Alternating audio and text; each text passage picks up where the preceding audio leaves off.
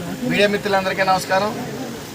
నేపాల్లో ఏర్పడిన రాజకీయ సంక్షోభం వల్ల సుమారు 215 మంది తెలుగువారు అక్కడ చిక్కుకుని అష్ట కష్టాల్లో ఉన్న సమయంలో మరి లోకేష్ గారు తెలుగువారు కష్టాల్లో ఉన్నారు అంటే వెంటనే స్పందించడమే కాక మరి అనంతపురం పర్యటన రద్దు చేసుకుని హుటాహుటిన సచివాలయం చేరుకున్నారు.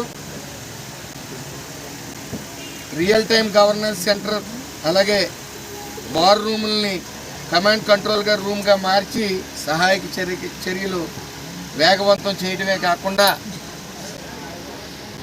వెంటనే ఈ యొక్క బాధితులతో మాట్లాడి వారికి ధైర్యం చెప్పడం, ఎక్కడున్నారో లొకేషన్ కోఆర్డినేటర్ల ద్వారా సహా న్యూస్ సిద్ధం చేయించారు.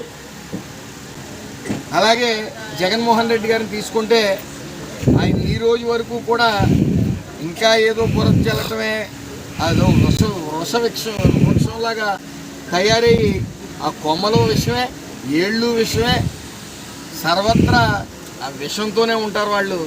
వాళ్ళు ఏదో విషం జిమ్మే ప్రయత్నం చేస్తున్నారు తప్ప ఈ రోజున నేపాల్లో చిక్కుకున్న మన తెలుగు వారి గురించి ఒక్క మాట ఎక్కడైనా మాట్లాడటం జరిగిందా?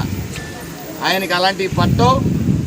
ఆయనకి ఎప్పుడూ కూడా ఆయన అనుచరులు కూడా ఈ యొక్క మంచి ప్రభుత్వం అనిపించుకున్న ఈరోజు రేషన్ స్మార్ట్ రైస్ కార్డుని రిలీజ్ చేసి స్మార్ట్ ప్రభుత్వం అనిపించుకున్న ఈ ఎన్డీఏ కూటమి మీద విషం చెమ్మటమే లక్ష్యంగా చేసుకుని మరి ఆయన ఎక్కడ ఈ నేపాల్లో చిక్కుకున్న తెలుగువారి కోసం ఆలోచన అయితే చేయలేదు.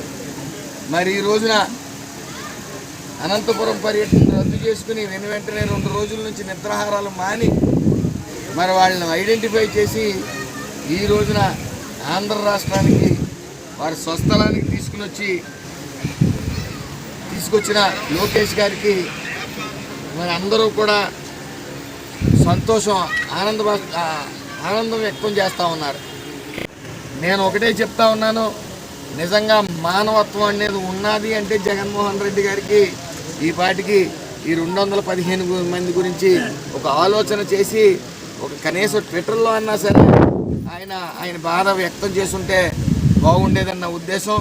అదేవిధంగా విజయవాడ వరదలు వచ్చినప్పుడు కూడా హుటాహుటిన స్పందించి గత 5 ఏళ్ళలో ఎన్ని వరదలు వచ్చినా వరదలో కాళ్ళు ఎట్టని ఈయన మొన్న ఒక కాలు పెట్టి ₹1 కోటి అన్నాడు. ఎవరికి ఇచ్చారో తెలియదు.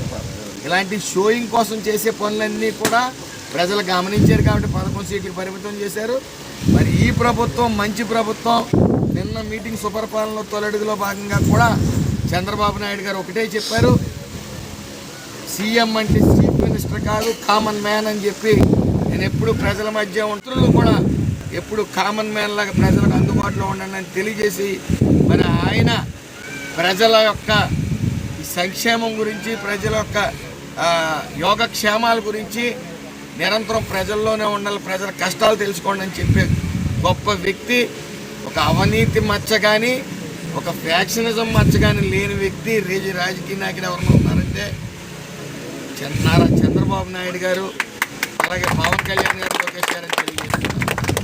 అదే మచ్చలున్న వ్యక్తి ఎవరు అంటే జగన్మోహన్ రెడ్డి. ఇటు అవినీతి మచ్చలు, మానవత్వం లేని మనిషి, ఇంట్లోంచి తల్లి చెల్లిని గెంటిన మనిషి, ఇలా రకరకాలుగా చెప్పుకుంటూ ఉంటే ఆయన గురించి ఎంత చెప్పినా తక్కువే.